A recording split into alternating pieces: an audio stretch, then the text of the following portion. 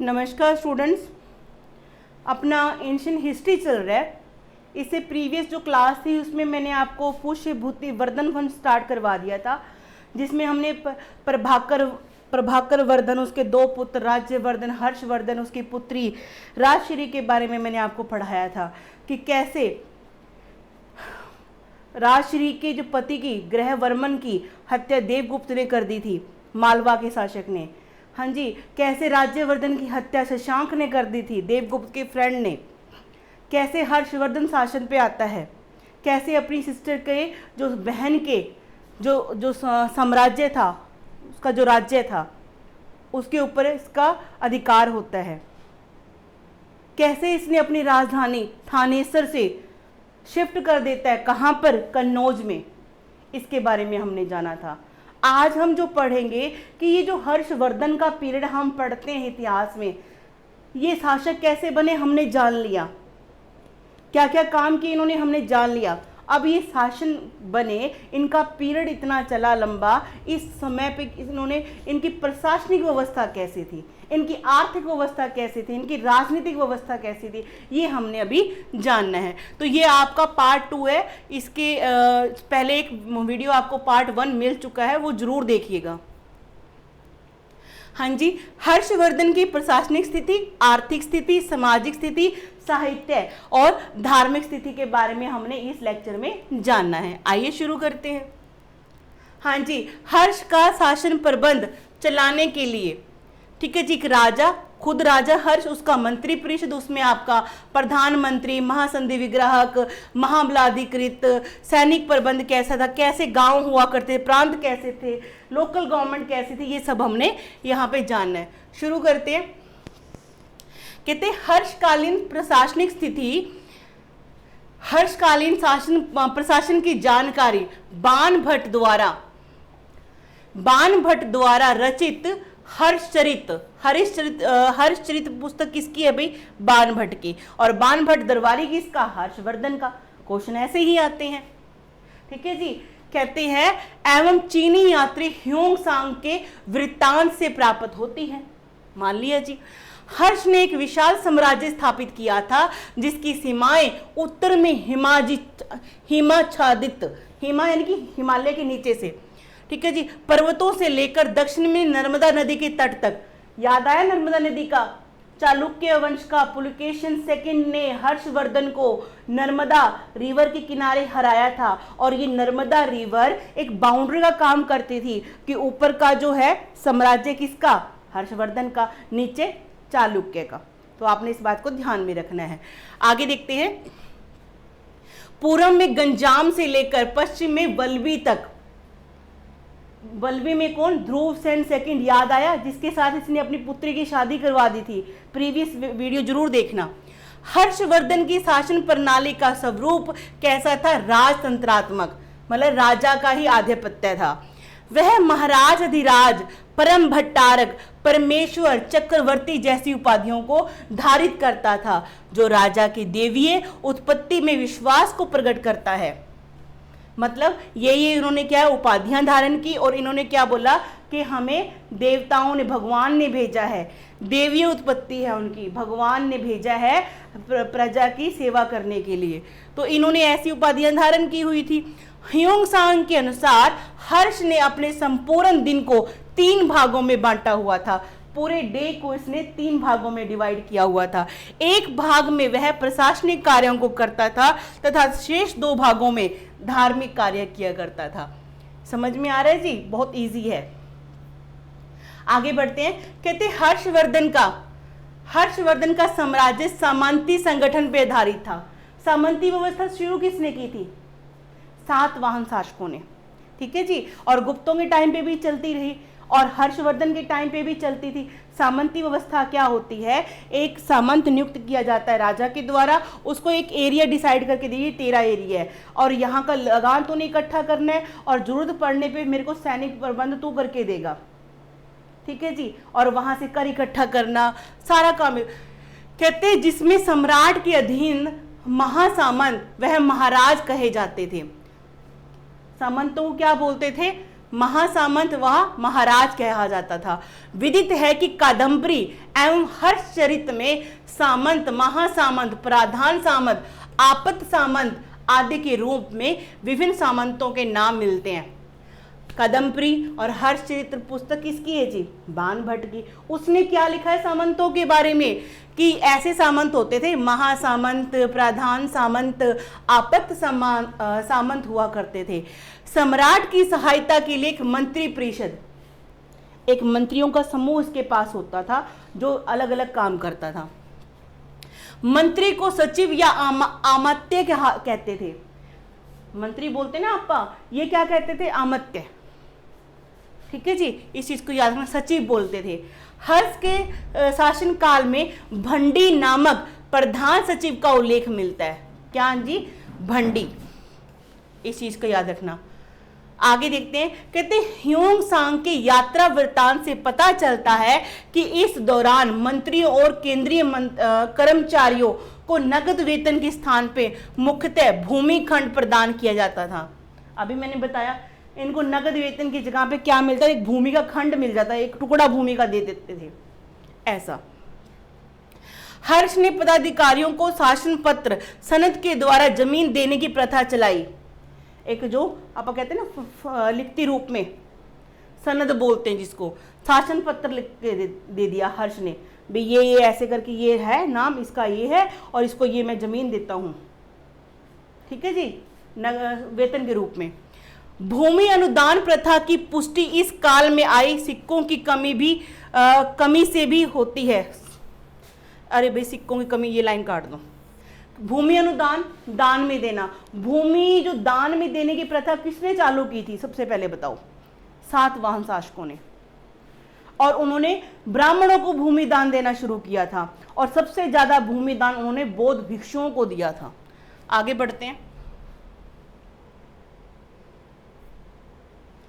यहां देखिए जरा, कहते हर्षकालीन शासन की सबसे छोटी इकाई ग्राम होती थी। नीचे से ग्राम, फिर पेट, फिर आपका विषय, फिर आपका प्रांत, फिर आपका साम्राज्य, राज्य। ठीक है जी, कैसे? सबसे छोटा लोअर लेवल पे ग्राम। कहते ग्राम प्रशासनिक सुविधा की दृष्टि से हर्षकालीन साम्राज्य को कई प्रांतों में विभाजित किया था। इसने क्या किया? पूरे कई अपने साम्राज्य को प्रांतों में डिवाइड कर लिया। ठीक है जी, डिवाइड कर लिया, ये इसके प्रांत है। प्रांतों को ये क्या कहते थे? भुक्ति कहते थे, भुक्ति। ठीक है जी, आपने पढ़ा था ना उसमें आया था गुप्त काल में। गुप्त काल में क्या बोलते थे? राष्ट्र बोलते थे, अवनी बोलते थे, भुक्ति बोलते थे। वो भी लोग भुक्ति ही बोला करते थे प्रांत को, स्टेट को। आगे देखते हैं, कहते हर्षचरित्र में प्रांतीय शासक को लोकपाल के नाम से उल्लेखित किया है। भुक्ति के हेड को यानी कि प्रांत के हेड को, स्टेट के हेड को क्या बोलते थे? लोकपाल बोलते थे। भुक्ति का विभाजन जिलों में होता था। आगे ये क्या एक भुक्ति है? ये पूरा साम्राज्य, ये भुक्ति है सारे, और ये एक भुक्ति है। इसको आगे डिवाइड किसमें किया? जिलों में, जिसे क्या बोलते हैं? विषय बोलते हैं, जिसके प्रधान को विषयपति कहा जाता था। सेम टू सेम गुप्ता वाला। ठीक है जी, विषयों के आगे किसमें? पाठक में। अब ये विषय, ये क्या एक विषय, जिला है ये, इसको भी आगे डिवाइड किया हुआ किसमें? पेठ में, तहसील में। पेठ मतलब तहसील में, जो तहसील के समान होते थे। ग्राम शासन के प्रधान को ग्रामाध्यक्ष पटलिक कहते थे। ग्राम के हेड को क्या बोलते थे? ग्रामाध्यक्ष पटलिक। आगे है, इसकी सहायता के लिए कार्निक होते थे। अब ग्राम के हेड को बता दिया मैंने, क्या बोलते थे? ग्रामाध्यक्ष पटलिक बोलते थे। और इसकी भी सहायता के लिए कौन थे? कार्निक हुआ करते थे। आगे देखते हैं, हर्षकालीन साम्राज्य में शांति व्यवस्था बनाए रखने के लिए पुलिस विभाग की स्थापना की गई थी। पुलिस विभाग के अधिकारियों को दंडपाशिक और दांडिक कहा जाता था। Same to same Gupta period में भी यही था। आगे देखते हैं, इसके अलावा पुलिस कर्मचारियों को चाट या भाट कहते थे। पुलिस कांस्टेबल्स को क्या कहते थे? चाट भाट कहते थे, है ना। जब भी कोई पुलिस कांस्टेबल देखो तो उसको चाट भाट बोल दिया करो, मतलब आपको याद हो जाएगा भी, हाँ हर्षा पीरियड में तो इनको चाट भाटी बोलते थे। ठीक है, आगे देखते हैं। सम्राट स्वयं न्याय व्यवस्था का सर्वोच्च न्यायाधीश होता था। आपको तो पता है जितने भी अपने तहसील लेवल पे, ग्राम लेवल पे जितने भी ये न्यायिक है अधिकारी, इनका सबका प्रमुख कौन होता था? राजा खुद होता था, अंतिम था। सुप्रीम कोर्ट हुआ करता था अपने आप में, ये CGI हुआ करता था। इस युग में कानून व्यवस्था अच्छी नहीं थी। ह्योंग सांग स्वयं 2 बार लूट लिए जाने का विवरण देता है। यहाँ पे कहा गया, ह्योंग सांग ने खुद बोला है कि ये जो पुलिस व्यवस्था जितनी भी अच्छी बना रखी थी इन्होंने, लेकिन कोई काम की नहीं थी, क्योंकि 2 बार तो खुद ही इसको लूट लिया गया था यहाँ पे। हर्षवर्धन के साम्राज्य में सेना चतुरंगनी रूप में थी। चतुरंगनी 4 तरह की थी, जिसमें पैदल, घुड़सवार, रथ और हाथी की विभिन्न टुकड़ियां उपस्थित थी। चतुरंगनी मतलब 4 तरह की। बाणभट्ट के हरिश्चरित्र में सैन्य विभाग से संबंधित कई मंत्रियों की जानकारी प्राप्त होती है, जैसे महाबलाधिकृत, ब्लाधिकृत, सेनापति, वृद्धशास्वर, कटुक, पाती, चाट भाट। ये किसने लिखा है? बाणभट्ट ने। कौन सी पुस्तक में? हर्षचरित्र में। ठीक है जी। सैनिकों की, सैन्य विभाग के मंत्रियों की जानकारी दी है कि सैन्य जो व्यवस्था थी, इनकी मंत्री थे वो कौन कौन थे? महाबलाधिकृत, ब्लाधिकृत, सेनापति, वृद्धेश्वर, कटुक, पाती, चाट भाट। सेना की सामग्रियों को सुरक्षित रखने के लिए, अब सेना की जो सामग्री है, अस्त्र शस्त्र, घोड़े भाले जो भी इनके हैं, उनको संभाल के रखने के लिए रण भंडागारिक अधिकरण विभाग, रण मतलब जो जहां पे युद्ध वगैरह होते हैं वहां का भंडागारिक अधिकरण विभाग की ये एक डिपार्टमेंट हुआ करता था। कहते बसाड़ से प्राप्त मुद्रा से इस विभाग की जानकारी मिलती है, जिसमें इस विभाग का प्रधान रण भंडागारिक बताया गया है। मतलब एक डिपार्टमेंट था जो क्या है, जो सारी जो है युद्ध में काम आने वाली सामग्री है उसकी क्या करता था, एक विभाग उसकी सुरक्षा करता था, और उसके अध्यक्ष को क्या बोलते थे? रण भंडागारिक बोलते थे। आगे चले, आगे देखते हैं। कहते हर्षकालीन आर्थिक स्थिति कैसी थी, इकोनॉमिक कंडीशन कैसी थी लोगों की, ये देखना है। कहते हर्षवर्धन के शासनकाल में ब्राह्मणों को भूमि दान स्वरूप में दी जाने लगी। हर्ष के टाइम पे, यानी कि प्रभाकर वर्धन ने नहीं दी, राज्यवर्धन ने नहीं दी, पुष्यभूति ने नहीं दी, ब्राह्मणों को दान देने का काम तो सातवाहनों ने स्टार्ट किया था। कहते हैं हर्षवर्धन के शासनकाल में ब्राह्मणों को भूमि दान स्वरूप दी जाने लगी। इसके अलावा इस दौरान नगद वेतन के स्थान पर भूमि प्रदान किए जाने की प्रथा का विस्तार हुआ। नगद वेतन नहीं देकर भूमि खंड दे देते थे, एक इलाका दे दिया, भूमि खंड दे दिया। ब्राह्मणों को दान में दी गई भूमि को ब्रह्मदेय कहा जाता था। ये क्वेश्चन आया हुआ है भाई। ब्राह्मणों को दी गई भूमि, जो दान में दी गई भूमि है, उसे क्या कहा जाता है? ब्रह्मदेय कहा जाता है। आगे है मधुबन और बांसखेड़ा अभिलेख में हर्षवर्धन के ग्राम दान का उल्लेख मिलता है। भी हर्षवर्धन ने गांव दान में दे दिया था। इसकी जानकारी कहां से? मधुबन और बांसखेड़ा से मिलता है, अभिलेखों से। हर्षकालीन भूमि की विविध प्रकारों में न रहने, अच्छा मतलब ये सुनो ध्यान से, जो हर्ष के टाइम पे जो भूमि थी उसकी उपजाऊ शक्ति के आधार पर बांटा गया था। जैसे विविध प्रकारों में न रहने योग्य भूमि के रूप अपर्दा भूमि, कृषि कार्य न करने योग्य भूमि रूप को अपरहता भूमि एवं मतलब बंजर भूमि के रूप में खिल कहते थे। इस चीज को याद ध्यान में रखना है कि हर्षकालीन भूमि के विविध प्रकारों में न रहने योग्य भूमि के रूप में अपर्दा भूमि, कृषि कार्य न करने योग्य भूमि को अपरहता, बंजर भूमि को खिल कहा जाता था। खिल वाला क्वेश्चन इंपॉर्टेंट आया हुआ है भाई एग्जाम में। कहते चीनी यात्री ह्योंग सांग ने बताया है कि हर्ष की राजकीय आय 4 भागों में डिवाइडेड थी।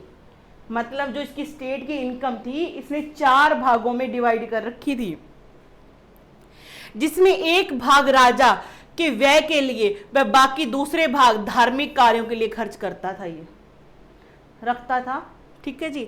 आगे है हर्षकालीन ताम्रपत्रों में केवल 3 करों का उल्लेख मिलता है। हर्ष के जो ताम्र पत्र मिले हैं, ठीक है जी, ताम्र पत्र, तांबे के जो पत्र मिले जिसके ऊपर इसने लिखा है, क्या लिखा है, भाग, हिरण्य तथा बलि, ये 3 क्या है भाई, ये कर है, टैक्स है।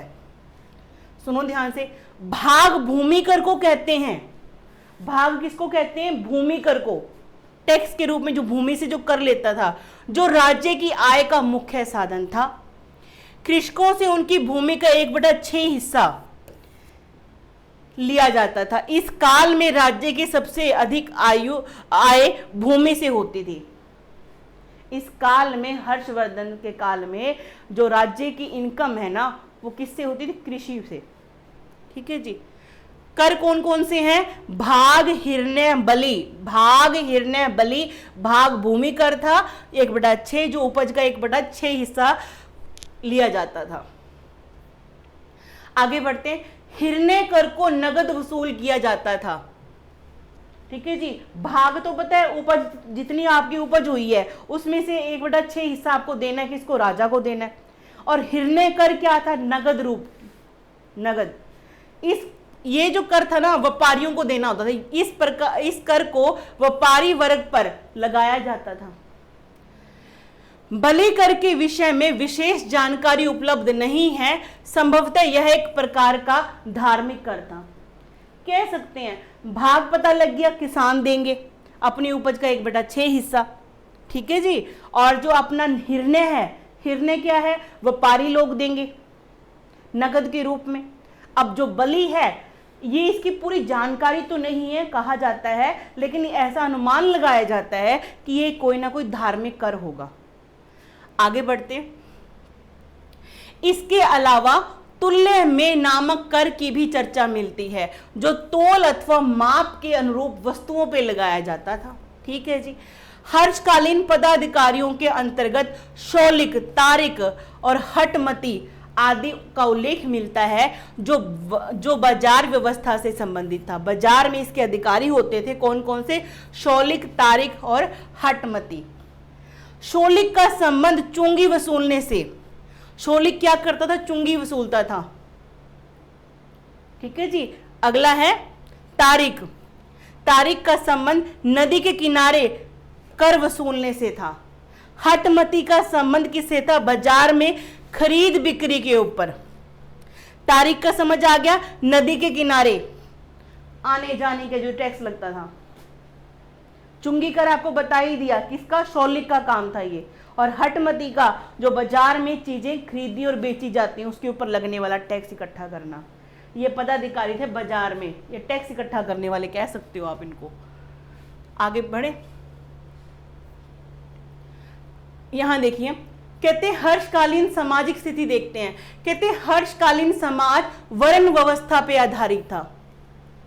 ब्राह्मण, वैश्य, क्षत्रिय, शूद्र, इस व्यवस्था पे आधारित था। समाज में परंपरागत ब्राह्मण, क्षत्रिय, वैश्य और शूद्र के अलावा अनेक जातियां और उपजातियां भी पाई जाती थी। इस काल में स्त्रियों की स्थिति बहुत अच्छी नहीं कही जा सकती, क्योंकि इस दौरान सती प्रथा, पर्दा प्रथा आदि का प्रचलन भी था। ठीक है जी। कमेंट करके बताइए, सबसे पहले जो सती प्रथा का गुप्ता पीरियड के अंदर जो प्रमाण मिला है वो कहां से मिला और किसके काल का है वो। बाणभट्ट द्वारा रचित कादंबरी में अस्पृश्य जातियों का उल्लेख मिलता है, जिनको छूना नहीं है, अस्पृश्यता वाला बाणभट्ट ने लिखा है। इसमें चांडाल स्त्री को स्पर्श वर्जित, एक चांडाल, एक ऐसी जिनको छूना नहीं है, एक वर्ग था ऐसा, जिनको हाथ भी लगाने से आप क्या हो जाओगे, अपवित्र हो जाओगे। कहां लिखा है, बाणभट्ट द्वारा रचित कादंबरी में अस्पर्श जातियों का उल्लेख किया गया है, जिसमें चांडाल स्त्री को स्पर्श वर्जित, जिसको छूना नहीं है, स्पर्श नहीं करना, दर्शना मात्र फला कहा गया है, इसके दर्शन भी नहीं करने आपने। ह्यूंग सांग के अनुसार देश के कानून में अपराध के लिए कड़ी सजा का प्रावधान था। ह्यूंग सांग हर्ष की सेना को चतुरंगिनी कहा है, ये बता ही दिया मैंने। हर्ष की 2 तांबे की मुद्राएं नालंदा व सोनीपत से प्राप्त हुई हैं, जिसमें इसका नाम हर्ष बताया गया है। ठीक है जी, ये याद रखना आपने। आगे बढ़ते हैं। सोनीपत की मुद्रा, जो सोनीपत से मुद्रा मिली है, उस पर शिव के वाहन नंदी का चित्र मिला है। सोनीपत से क्या मिली है, इस हरियाणा का इलाका ही था, थानेश्वर वगैरह इनका, कन्नौज वगैरह की साइड वाला इलाका, ठीक है जी। वहां से जो मुद्रा मिली है उस पे जो शिव का वाहन है नंदी, उसकी क्या है, चित्र मिला है। नालंदा की मुद्रा पर श्री हर्ष नाम लिखा है, उसे माहेश्वर, सार्वभौम व महाराज अधिराज कहा गया है। महाराज अधिराज कहा गया है। ह्यूंग सांग के अनुसार हर्ष ने कश्मीर से गौतम बुद्ध का दांत लाकर कन्नौज के निकट एक संगाराम में स्थापित किया था। ह्यूंग सांग ने क्या लिखा है कि हर्षवर्धन कश्मीर से गौतम बुद्ध का दांत लेकर आता है और वहां पे क्या करता है, संगाराम में स्थापित करता है, कन्नौज के पास। नेपाल में हर्ष संवत चलता है भाई, 606 में क्या मतलब कि ये सिंहासन पे बैठा था, ठीक है जी। और ज्यादातर जो संवत है इनके सिंहासन मतलब कि जब राज्यारोहण का टाइम होता है वहीं से स्टार्ट करते हैं। कहते हैं नेपाल में हर्ष संवत 606 ईस्वी के प्रचलन अंशुवर्मन और उसके उत्तराधिकारियों द्वारा ये चालू किया गया था, कि आधार पे कुछ विद्वान ये कहते हैं कि नेपाल पे हर्ष का क्या था, अधिकार था, ठीक है जी। क्योंकि वहां पे एक संवत चलता था, कौन सा, हर्ष संवत। किसने चला रखा है वहां पे, अंशुवर्मन और उसके उत्तराधिकारियों द्वारा। और कुछ विद्वान क्या कहते हैं, इसका मतलब नेपाल पे भी हर्ष का क्या था, कभी अधिकार रहा होगा। कहते हैं हर्ष ने ओडू, जो उत्तरी उड़ीसा, जो आज का उड़ीसा है ना, उसका उत्तरी इलाका ओडू, तत्पश्चात उसके बाद कोगोंडा यानी कि दक्षिणी उड़ीसा उसका उत्तरी पार्ट ओडू, फिर उसके बाद कोगोंडा यानी कि दक्षिणी उड़ीसा का गंजाम का जिला, वह कलिंग पर विजय प्राप्त की। भाई हर्षवर्धन को ही क्या कहा जाता है, द्वितीय अशोक भी कहा जाता है, सेकंड अशोक भी कहा जाता है इसे। इस बात को ध्यान में रखना, इसको ये क्वेश्चन आता है भी सेकंड अशोक किसे कहा जाता है, भारतीय इतिहास में सेकंड द्वितीय अशोक किसे कहा जाता है, हर्षवर्धन को कहा जाता है इसने कलिंग विजय किया था। इन विजयों के पश्चात हर्ष उत्तरी भारत का स्वामी बन गया और उसने सकलोत्र प्रार्थना की उपाधि धारण की थी। सकलोत्रा प्रार्थनानाथ, मतलब सारे सकल उसको क्या कर लिया, अपने उसका नाथ बन गया, ये उसका हेड बन गया। सकलोत्रापथनाथ मतलब सारा का सारा उसने इलाका अपने अंडर कर लिया। आगे बढ़ते, हर्षकालीन जो धार्मिक स्थिति है उसके बारे में जान लेते हैं। कहते हैं वर्धन वंश के शासकों में प्रभाकर वर्धन सूर्य का उपासक था। प्रभाकर वर्धन कौन, हर्ष का पिता, ठीक है जी। वहीं राज्यवर्धन बौद्ध धर्म का। आरंभ में हर्ष शैव धर्म का मतनाई था, कि मतलब उसको मानता था, किंतु चीनी यात्री ह्यूंग सांग से मिलने के बाद उसने बौद्ध धर्म अपना लिया। प्रभाकर वर्धन जो पिता है वो कौन से धर्म को मानता था, सूर्य का उपासक था। उसका बड़ा बेटा राज्यवर्धन बौद्ध धर्म का, और हर्षवर्धन पहले क्या शिव धर्म को मानता है। ह्यूंग सांग से मिलने के बाद हर्षवर्धन ने बौद्ध धर्म को अपना लिया था। हर्ष ने बौद्ध धर्म की महायान शाखा को अपनाया। जितने भी राजा थे ना, ज्यादातर इन्होंने इसको ही शाखा को अपनाया था, महायान शाखा को। सिर्फ एक वो चंद्रगुप्त मौर्य ने हीनयान शाखा को अपनाया था। इस चीज का भी ध्यान में रखना। कहते इसके समय में नालंदा महाविहार महायान बौद्ध धर्म की शिक्षा का प्रमुख केंद्र था। बौद्ध धर्म के उत्थान के लिए अशोक ने अनेक सभाओं का आयोजन किया था, जिसमें कन्नौज और प्रयाग की 2 धार्मिक सभाओं का आयोजन महत्वपूर्ण है। कन्नौज सभा में महायान बौद्ध धर्म के सिद्धांतों का प्रचार प्रसार किया। सभा की अध्यक्षता किसने की थी, ह्यूंग सांग ने। इसको 5वीं बौद्ध संगति भी बोला जाता है, ये वाली जो ये है ना कन्नौज वाली, इसे 5वीं बौद्ध संगति भी बोला जाता है, जो जिसकी अध्यक्षता किसने की, ह्यूंग सांग ने की। आप 4 बौद्ध संगतियां पढ़ते हैं, 5वीं इसको बोला जाता है जो हर्ष के टाइम पे यहाँ पे हुई थी, और जिसका अध्यक्ष कौन बना था, कौन बना भाई, ह्यूंग सांग बनता है। बौद्ध धर्म का मतनायु होने के साथ ही हर्षवर्धन की ब्राह्मण धर्म में भी अभिरुचि बनी रही, मतलब ब्राह्मण धर्म को भी ये मानता रहा। प्रत्येक 5वें वर्ष हर्षवर्धन ने प्रयाग में महामोक्ष परिषद का आयोजन किया। एक परिषद का आयोजन करता था ये हर 5 साल के बाद प्रयाग में। सब कुछ दान देता था, सब कुछ खाली हो जाता था, सब कुछ दान में दे देता था। इसमें बुद्ध, सूर्य और शिव की उपासना की आराधना की जाती थी। जो ये महापरिषद करता था, मतलब एक संगत करता था, सत्संग करता था 5 सालों के बाद, जिसमें दूर दूर से लोग आते थे, बहुत बड़े लेवल पे करता था। इसलिए इसका नाम क्या है? महामोक्ष परिषद। महामोक्ष परिषद मतलब मोक्ष की प्राप्ति के लिए जो आयोजन किया जाए। ठीक है जी। और किस किस की पूजा? बुद्ध की भी करता था, बौद्ध धर्म का मानता था ये भी, और सूर्य की भी करता था, इसके पिताजी सूर्य के उपासक थे, और शिव की, जिसका ये खुद उपासक था। मतलब पिता का, भाई का और अपना खुद का, तीनों का मिला जुला रूप इसने अपना लिया। यहाँ पर ह्योंग सांग इसके छठे परिषद का वर्णन करता है। मतलब कि छठे परिषद का समझ रहे हो, इसने एक परिषद की, फिर दूसरी की, सत्संग की प्रयाग में, महामोक्ष परिषद। 6वीं का उल्लेख किसने किया है? ह्योंग सांग ने किया है, और बहुत बड़े लेवल पे दान दिया करता था।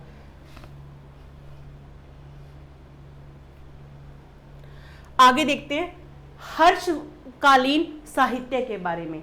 यहां पे देखिए जरा, कहते हैं हर्ष ने संस्कृत भाषा में 3 प्रमुख नाटक ग्रंथों, जिसमें प्रियदर्शिका, रत्नावली और नागानंदा की क्या है? रचना की। किस भाषा में? संस्कृत भाषा में। कहते हैं बाण भट्ट के हरिश्चरित में हर्ष की काव्य शैली की प्रशंसा की गई है। बाण भट्ट जो इसका दरबारी कवि था, उसने क्या है? हर्षचरित पुस्तक लिखी है, और उसमें इसने लिखा कि जो ये है ना हर्षवर्धन, बड़ा अच्छा कवि था, बड़ा अच्छी काव्य लिखता था, कविता लिखता था। साथ ही चीनी यात्री इति सिंह ने भी हर्ष की विद्या प्रेम का वर्णन अपने यात्रा वृत्तांत में लिखा है। इति सिंह याद होगा आपको, 7वीं शताब्दी में जो चीनी यात्री समुद्र के रास्ते भारत आने वाला। प्रियदर्शिका 4 अंकों में रचित एक प्रसिद्ध नाटक है, जिसमें अंकों मतलब पोर्शन में वत्सराज, उदयन एवं प्रियदर्शिका की प्रेम कथा का वर्णन मिलता है। ठीक है जी। रत्नावली भी 4 अंकों 4 पार्ट में है लिखा गया नाटक है, जिसमें वत्सराज, उदयन और उसकी रानी वासवदत्ता की क्या है? परिचारिका है। इसके अलावा नागानंद बौद्ध धर्म से संबंधित प्रेम कथा का वर्णन मिलता है। हर्षवर्धन विद्वानों का संरक्षण था। इसके दरबार के प्रमुख विद्वानों में बाण भट्ट, मयूर, मातंग, गतिविकार आदि मिलते हैं। मातंग दिवाकार। बाण भट्ट ने हरिश्चरित और कादंबरी की रचना तथा मयूर ने सूर्य शतक की रचना। सूर्य शतक भी एक पुस्तक का नाम है। भी किसने रचना की है? मयूर ने की है। मयूर किसके दरबार में था? हर्षवर्धन के दरबार में था। सिर्फ बाण भट्ट याद नहीं करना, मयूर को भी याद रखो अब आप।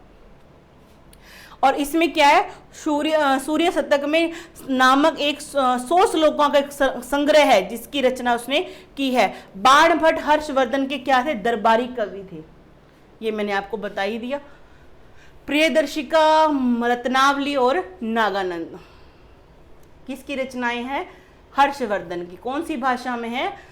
संस्कृत भाषा में। आगे देखते हैं, इनकी प्रसिद्ध रचनाओं में हर्षचरित एवं कादंबरी का स्थान सर्वप्रमुख है। किसका जी? बाण भट्ट का, दरबारी कवि। हर्षचरित ऐतिहासिक विषय पर गद्य काव्य लिखने का यह पहला प्रयास था। गद्य काव्य, ठीक है जी, हर्षचरित में। इसमें 8 अध्याय हैं। कितने पार्ट हैं? भी 8 चैप्टर हैं इसके अंदर। प्रथम 3 में बाण ने अपनी आत्मकथा लिखी है। पहले 3 चैप्टरों में बाण भट्ट ने अपनी आत्मकथा लिखी है, तथा शेष में 5 में हर्षवर्धन का जीवन चरित्र लिखा हुआ है। ठीक है जी। हरिश्चरित जो पुस्तक है, क्या? हर्षचरित जो पुस्तक है, इसके राइटर कौन है? बाण भट्ट है। कितने पार्ट हैं इसके अंदर? कितने चैप्टर है? 8 चैप्टर है। पहले 3 चैप्टर में तो इसने अपनी आत्मकथा लिखी है, और बाकी में क्या लिखा है? हर्ष की जीवन के बारे में लिखा है। इस पुस्तक में हर्ष के प्रारंभिक जीवन, राज्यारोहण, सैनिक अभियान के साथ साथ ही हर्षकालीन राजनीतिक एवं संस्कृति के बारे में जानकारी प्राप्त होती है। इसमें प्रभाकर वर्धन, राज्यवर्धन एवं राजश्री से संबंधित सूचनाएं भी प्राप्त होती है। बाण भट्ट द्वारा रचित कादम्बरी को संस्कृत साहित्य का सर्वश्रेष्ठ उपन्यास कहा गया है। संस्कृत भाषा का सर्वश्रेष्ठ उपन्यास किसको बोला है? कादम्बरी को। इसके अध्ययन से हर्ष के सामाजिक एवं धार्मिक जीवन पर प्रकाश पड़ता है। पूर्व मीमांसा के प्रसिद्ध विद्वान कुमारिल भट्ट को हर्षकालीन माना गया है। ठीक है जी, याद रखना इस बात को। इसके अलावा प्रसिद्ध गणितज्ञ ब्रह्मगुप्त को भी हर्ष के शासनकाल से संबंधित माना गया है, इन्होंने प्रसिद्ध ग्रंथ ब्रह्म सिद्धांत की रचना की। ठीक है जी। हर्षवर्धन के समय में नालंदा विश्वविद्यालय महायान बौद्ध धर्म की शिक्षा का प्रमुख केंद्र था, ये मैंने बता ही दिया। हाँ, इसके कुलपति याद रखना भी, मतलब कौन थे? शीलभद्र। ठीक है जी। आगे देखते हैं। विदित है कि हर्ष ने इस विश्वविद्यालय को 100 गांव दान में दिए थे। क्या है इस विश्वविद्यालय को करना।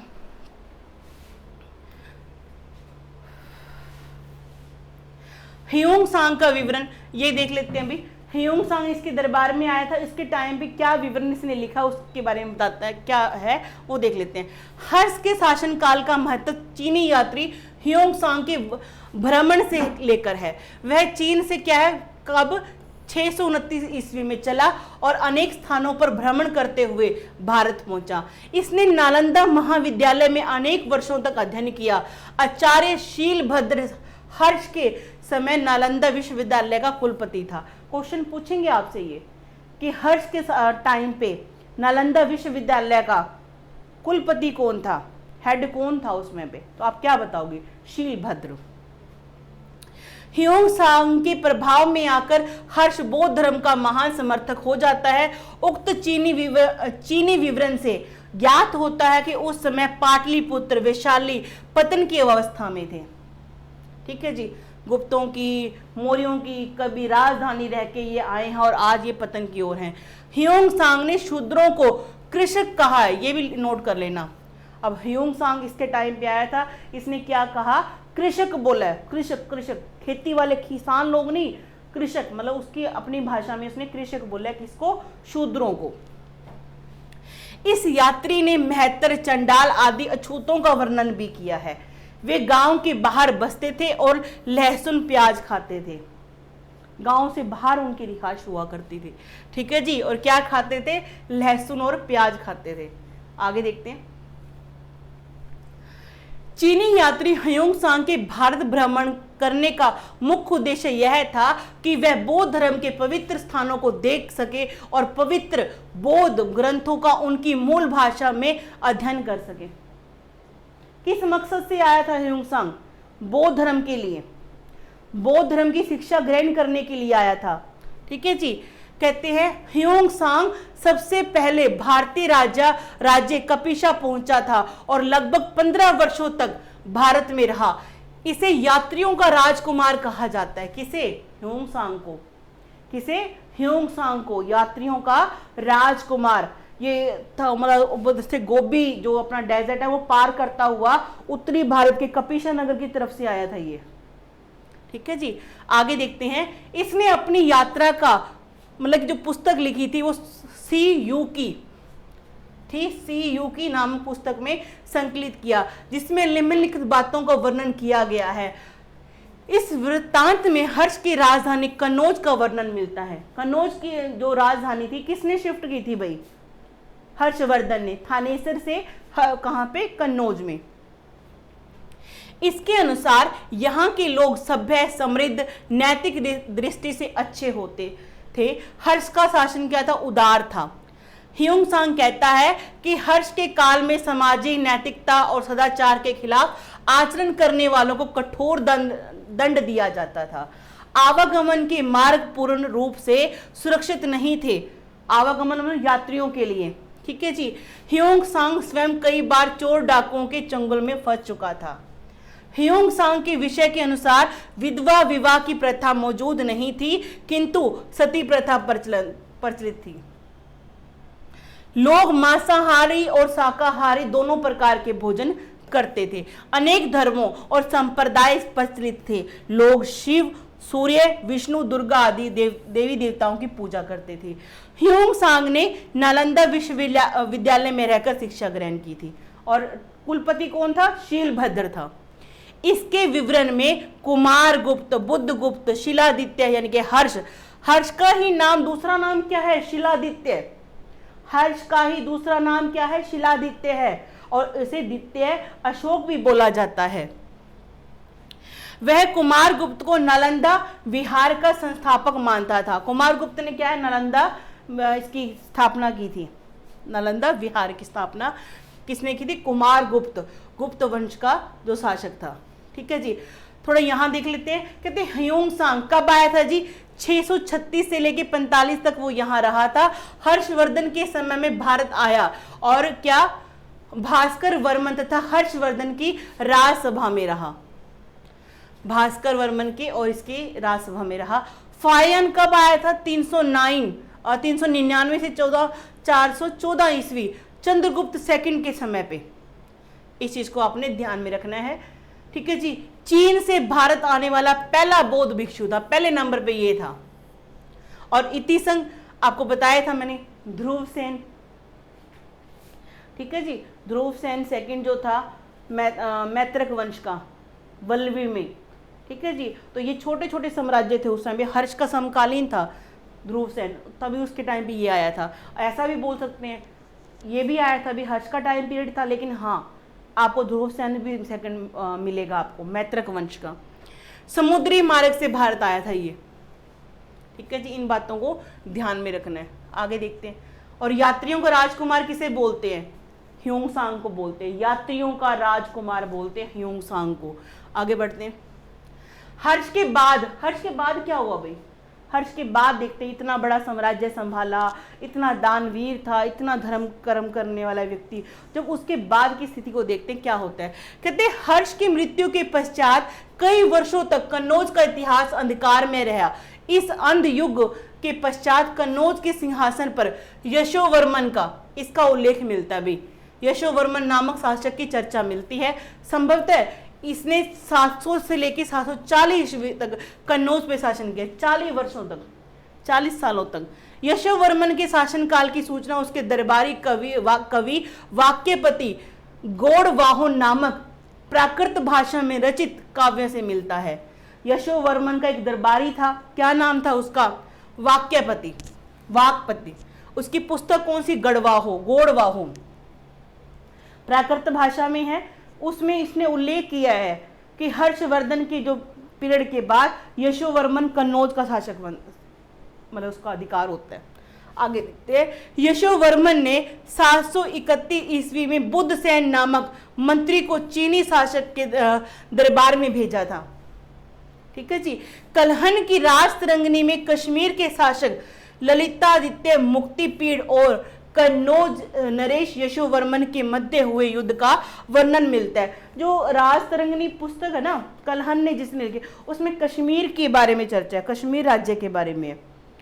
तो उसमें ये लिखा हुआ है कि जो ये कश्मीर का जो शासक था ना ललितादित्य मुक्तापीड़ और कन्नौज के शासक नरेश यशोवर्मन के मध्य क्या हुआ? युद्ध हुआ था। तो इससे पता क्या लगेगा? अच्छा, इसके बाद मतलब कि यशोवर्मन नाम का भी कोई वंश यहाँ पे रह के गया कन्नौज में। अंदाजा लगाएंगे अपना, है ना, जिसमें यशोवर्मन की हार का वर्णित किया गया है। यशोवर्मन की क्या हो गई? हार हो गई। यशोवर्मन विद्वानों का महान संरक्षक था, जिसके दरबार में वाक्पति के अतिरिक्त संस्कृत के महान नाटककार भवभूति का निवास भी था। नाटककार था एक भवभूति, इसका जिक्र भी आता है यशोवर्मन में के दरबार में। ठीक है जी। तो ये आपने चीजें याद रखनी है। आगे बढ़ते हैं। भवभूति द्वारा रचित 3 प्रसिद्ध नाटक ग्रंथों में मालती माधव, महावीर चरित्र और उत्तरा रामचरित्र सम्मिलित हैं। ठीक है जी। यशोवर्धन वंश में आपने अब ये देख लिया कि दरबारी कौन कौन से है। एक मिनट यहाँ देखो, हाँ जी, कन्नौज के नरेश यशोवर्मन, इसके दरबार में आपको वाकपति मिल रहा है, भवभूति मिल रहा है।